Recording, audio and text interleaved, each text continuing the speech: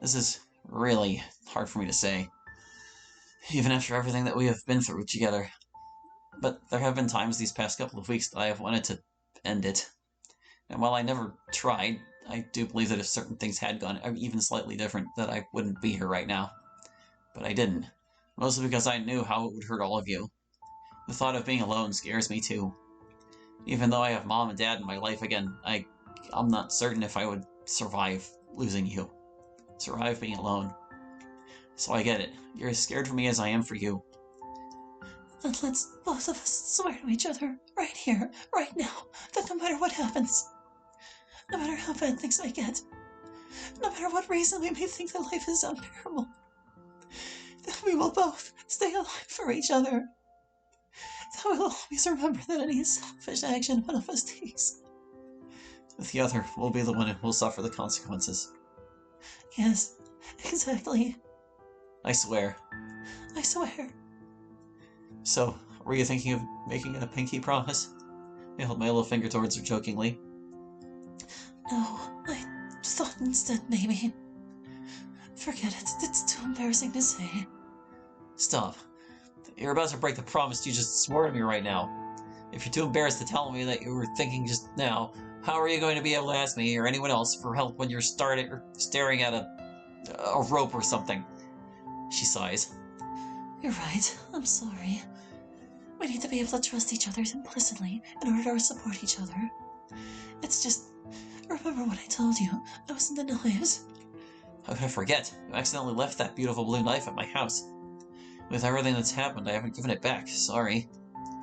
I'd wondered where it had gone. Anyways, what I wanted to suggest is...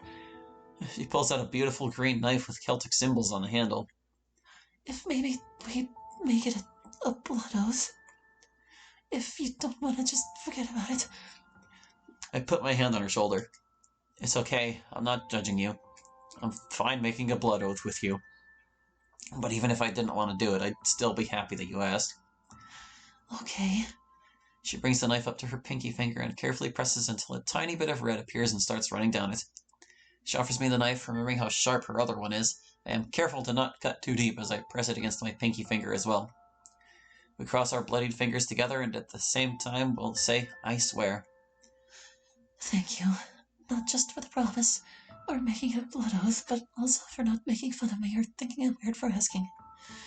I look her straight in the eyes. Never. I know now.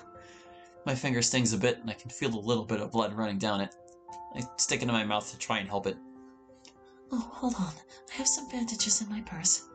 She hands me a small adhesive bandage. Before I open it, I smirked and hold up my finger. Sure you don't want to lick it off again first? I'd hoped you'd forgotten. I'm so embarrassed.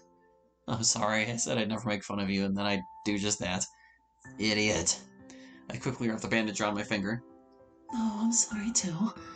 I'm just not used to people knowing about my oddities and still accepting me. It's something I will need to work on. That we both need to work on. Because we're going to be helping each other survive for a long time now. Good. Unfortunately, I should really head home now. I need to do my laundry. I'll let you know what Mom finds out about Natsuki as soon as I do. Thank you. For everything. There was a missing sprite there. I told you Yuri was beautiful and smart. She isn't you. I also once told you that you think about me too much. I like thinking about you, even when it hurts. You can't do this forever. Eventually you have to let me go and move on with your life. I don't want to. I keep telling you it's not healthy for us to talk like this. I think Yuri has a crush on you and you like her. She isn't you. You enjoyed walking with her at first. She isn't you. That doesn't mean you can't be happy with her. She isn't you.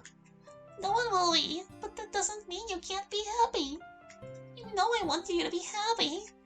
How can I be happy without you? I spent the rest of the day at home catching up on all the various chores I'd been ignoring. Laundry, dishes, vacuuming, soon all that's left is the 5 boxes of manga sitting by the door. Not wanting to deal with them right now, I leave the boxes there and watch anime until late in the evening. I get a text from Mom telling me that she thinks she'll have an answer about Natsuki tomorrow. After my show is finished, I lie down on my bed and pretend to sleep. Natsuki, she's dead because of you. No, you couldn't save her manga. I did, it's right by the door. She loved it so much and couldn't live without it. I did the best I could for her. It wasn't enough. No, nothing you do is enough. No, nothing you do helps those you love. No, Sayori, Madoka, Natsuki, you couldn't help any of them. No, they are dead because of you. No, like Yuri will be dead because of you. No, not Yuri. I get out of bed. Yuri, she wouldn't. What about after you hurt her? No, I wouldn't. I won't. You will. You have. I know. How could I? You'll break her heart. No, she loves you. She's pretty. And when she finds that you are still pining for Sayori, she'll be crushed. I take out her knife and look at it. I think about how beautiful it is, like her. Which her? You can't decide. You can't be true to any of them, even in your thoughts. And when Yuri's heart is crushed on finding out, poor Yuri, you will bring her nothing but pain and heartache. No, I won't. And when she confesses to you, will you then just forget about Sayori, throw her away like she was nothing? How could I? Then will you lie to Yuri and try to spare her feelings? She'd be even more hurt when she learned the truth. Reject Sayori or hurt Yuri, those are your only options. No, you have no other options. I have no other options except... Who are you talking to?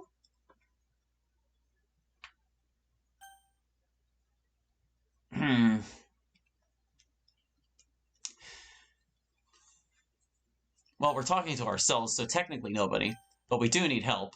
But, I feel like picking the incorrect options in these is going to lead to early bad ends, and I've been trying to avoid that and successfully doing so far. But this one's a lot less clear, because it's like...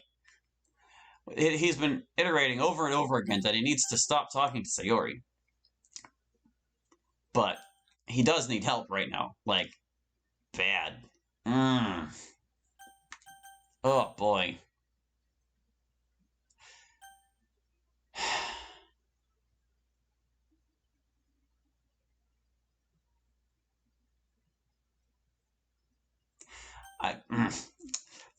It's like, I'm taking all the hints leading up to this as foreshadowing that this is the correct choice. That's how it feels to me instinctually, like as this looking at this as like a story.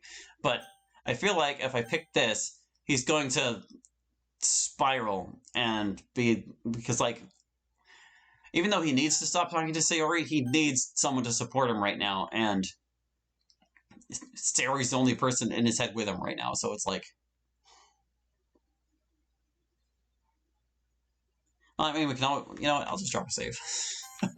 I'll just drop a save in case I do pick wrong here. I'm gonna go with this one. I need help. I need to get Mom. I dropped the knife. I let myself in the door. All the lights are off. They've gone to bed. They won't care if I wake them up. Yes, they will. You're just a burden to them. No, they don't love you. That's not true. They've told me they love me so many times.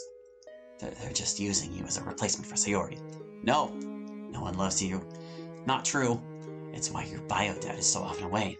He can't help it when he gets deployed. If he really loved you, he'd get a different job. He can't find one that pays enough. He could if you weren't around. If anyone loved or even cared. No, Yuri cares. We swore and made an oath to each other. I swore to Yuri. I swore to Yuri, I swore to Yuri, I swore to Yuri, I swore to Yuri, I swore to Yuri, I swore to Yuri, I swore to Yuri, I swore to Yuri. Repeating those words to myself to keep from thinking anything else, I rush up the stairs. I barge into Mom and Dad's room crying. Help. They both startle awake. What? Saya. Hallie! Dad leaps out of bed and holds me tightly. Mom joins in more tenderly. I can't get any words out. It's okay, son. We've got you. I hear Dad's voice choke a bit. We've got you. They don't love you. Then why are they holding me like this? You heard Mom. She started to say Sayori. You just a replacement to them. She was just half asleep. They love me for myself. Then why aren't you being comforted right now? They are comforting me. They have their arms around you, but you don't feel comforted by it. That's because they're faking it. I didn't feel better when you held me, yet you loved me. That's because you had something wrong with you. It kept your rain clouds from going away. It wasn't just rain clouds. That's right. Mom said you described it as being attacked. So who are you talking to? You, myself, my feelings, my fear, my guilt, my grief, my self-loathing, my roommate. Be careful when he gets mean again, and remember that I want you to be happy. Thank you, Sayori. I wake up tired and stiff on the couch in Sayori's living room. It's really not the most comfortable thing to sleep on. The last thing I remember was crying on the floor with Mom and Dad holding me. I guess exhaustion must have overtaken me and they brought me down here. Oh, you're awake. Feeling better this morning? I look over and see Mom sitting in a nearby chair reading her book. Yeah, I'm sorry for the trouble last night. Don't you even think about being sorry for that. We're just glad that you're still with us and chose to come to us for help. Yeah, so am I. I glance at a clock and see it's already after 11. Where's Dad? He's still asleep. I thought this weekend was his shift rotation to go back onto days. After carrying you down and putting you on the couch, he stayed up all night watching you. He refused to go back to bed until I woke up this morning. I'm sorry. What did I just tell you about being sorry? Sorry. Mom quietly laughs. We are worried about you, though. Have you considered making an appointment with a therapist or psychiatrist? The school counselor gave me a referral to one. You threw it away with no intention of calling. I should have realized she would have. I haven't heard anything about Natsuki yet. What were your plans for today? That's a good question. I'm not certain. It doesn't take me long to realize the first thing I need to do. I pull up my phone and write a quick message to Yuri. To Yuri, Markovian at vm1.mes.local. Per our promise, I'm letting you know that I had a bad night last night, but I'm okay with the help of Mom and Dad. Not 10 seconds later, my phone rings with a voice call from Yuri. I answer. I know your message said you were okay, but I had to hear it from you. I'm okay. I can hear her sigh of relief. As I said, I went to Mom's last night and let them know. They helped me get through the night, and I called you as soon as I woke up. I'm glad you kept your promise to me. Remembering it helped. If there is anything more I can do to help you... Actually, there is. I take a deep breath. Could you come over so I can return your knife? It's what I was looking at when I decided that I needed to wake up Mom. Right now, I don't have a... It's her turn to take a deep breath. No, we swore to always be there for each other. If you need me, then I will leave right now. Okay, see you soon. I put my phone away. I think you're getting rid of the knife is a wise decision. And afterwards, if you want to invite Yuri here for lunch, I'll make certain to have some extra food ready. You just want her to come here so you can find out what she uses on her hair. How did you... I mean, you can't prove that. We laugh together. I keep watch out the window, and eventually I see Yuri walking down the street. For some reason, she's wearing her school uniform, even though it's Sunday. I go out to meet her. Hey Yuri, what's with the uniform today? My sweater's in the wash, and I didn't have anything else to wear. It's why I was hesitant to come at first. I don't understand why, if your sweater needs washing. I'm embarrassed to talk about it. I am willing to tell you, but can we at least go inside first? Of course, come on. I take her up to my bedroom. It's been a while, not as late as last time. I'm sorry, I didn't mean... You're fine. Even though I did most of my laundry yesterday, I didn't have time to pick up everything before you got here like last time. I quickly hide a pair of dirty shorts lying in a corner before she sees them, I hope. I understand that this is a bit last minute. She notices her knife still lying on the ground where I had dropped it last night.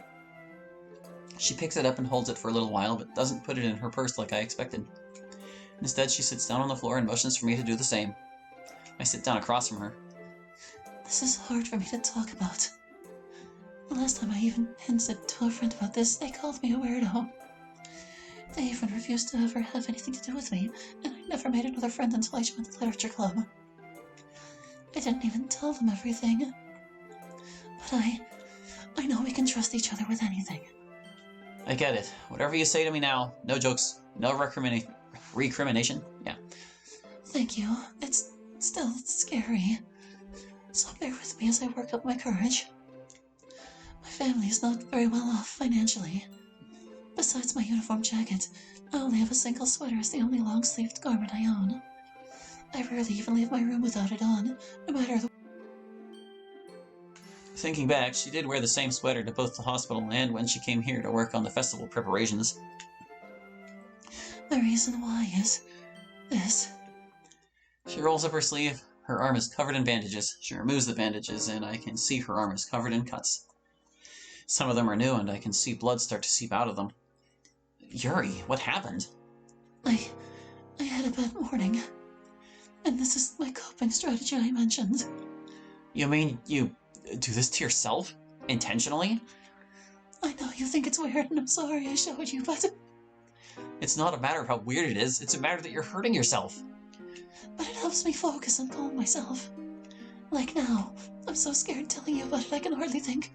I need to just watch. Yuri takes the knife and very carefully presses the edge of the blade against her arm. I wince myself as she sucks in through her teeth in pain. I see yet another trickle of blood start to run down her arm. She then carefully lifts the knife away. And like that, I'm calm, collected, and focused again. But you're still hurting yourself. We swore we would never do that. We swore we would stay alive for each other. This isn't permanent. I won't die as long as I'm careful, which I am. It's how I've made it through times I wanted to end myself before. I probably would have committed suicide long before I joined the literature club without this. If it helps her, Yuri is going to die. No, she's going to kill herself with this. No, she won't. She's careful. Look at that mess on her arm. How much blood has she lost doing that? She doesn't look tired, much less woozy. She's fine. She's going to die and leave you all alone. No, she's going to leave you behind just like Natsuki, Monika, Sayori, and your mother. Go away. It will be all your fault. I'm not listening to you anymore. Why? Because I'm your mean roommate. That does nothing but hurt you. Yes. Who do you think you're talking to? I'm not some cartoon devil sitting on your shoulder trying to lead you astray. I'm you. You're just talking to yourself right now. No different than that little game you play where you pretend to talk to Sayori. No. The alternative is you're going crazy and hearing voices in your head. Maybe I am. We both know you don't truly believe that. As I argue with myself, you're trying to work through some very stressful situations. You're giving a voice to your feelings to help you talk your way through them. If you're just a voice I give to my feelings, then what feeling are you? None of them, and all of them. I am the voice you use for thoughts you don't like, whether they're true or false. Then why have you been so mean to me? I'm you, so you've been mean to yourself. Why do you keep referring to me as you? You don't like these thoughts. It makes you feel better to think they come from outside. But if I'm being honest with myself, or deep down I really do know, they come from within me. They come from within me. Fear, guilt, grief. These thoughts and feelings are a part of me that I need to learn to live with, that I need to learn to control, while accepting the harsh truth that they are an integral part of who I am. And right now, Yuri is going to die. My fear is telling me that Yuri will kill herself if she keeps this up. No. Please don't do this again. You need help for this. Let's go talk to Mom. She will know what to do. No, we're not telling Sayori's mother or anyone else. I shared this with you in the strictest of confidence because I trust you. And please don't betray that trust. Please don't reject me. Yuri's going to die. No. Yuri will hate you forever if you get her help. No. Just because you don't like a thought you have doesn't mean it isn't true. After all, there is a reason I tell myself these things no matter how much I don't want to. But it doesn't mean it isn't true either. I try to collect my thoughts. I'm scared. Scared that Yuri will die. Scared that she will leave me friendless if I tell someone about this. I'm also angry. Angry with myself that I can't find an answer. There is no good answer.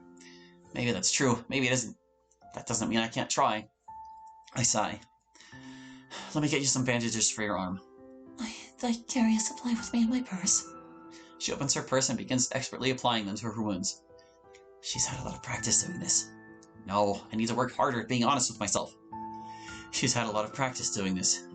Soon enough, she has replaced her bandages, wiped off the knife, and rolled down her sleeve to cover her arm. Yuri, I am your friend. I care about you deeply. How deeply? And I am very scared for you right now. I'm terrified that you will have an accident doing this and end up dead like Sayori and the others.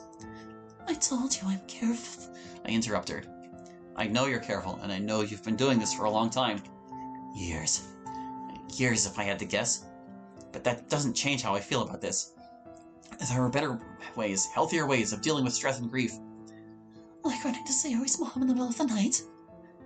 I'm sorry, I shouldn't have. Yes, exactly like running to someone you love and trust for help, even in the middle of the night. Going for help is better than hurting yourself, even temporarily. I am here for you, just like I know you want to be here for me. We can talk to someone, I'm sure, with therapy. Therapy? Just talk to a psychologist or something. Maybe take medication. What about you? You said you've talked about your problems with Missouri's mom, but not once have you mentioned seeking professional help. So don't you get self-righteous with me about how I deal with my problems. You threw away the counselor's refusal. Referral. I don't want to admit it, but...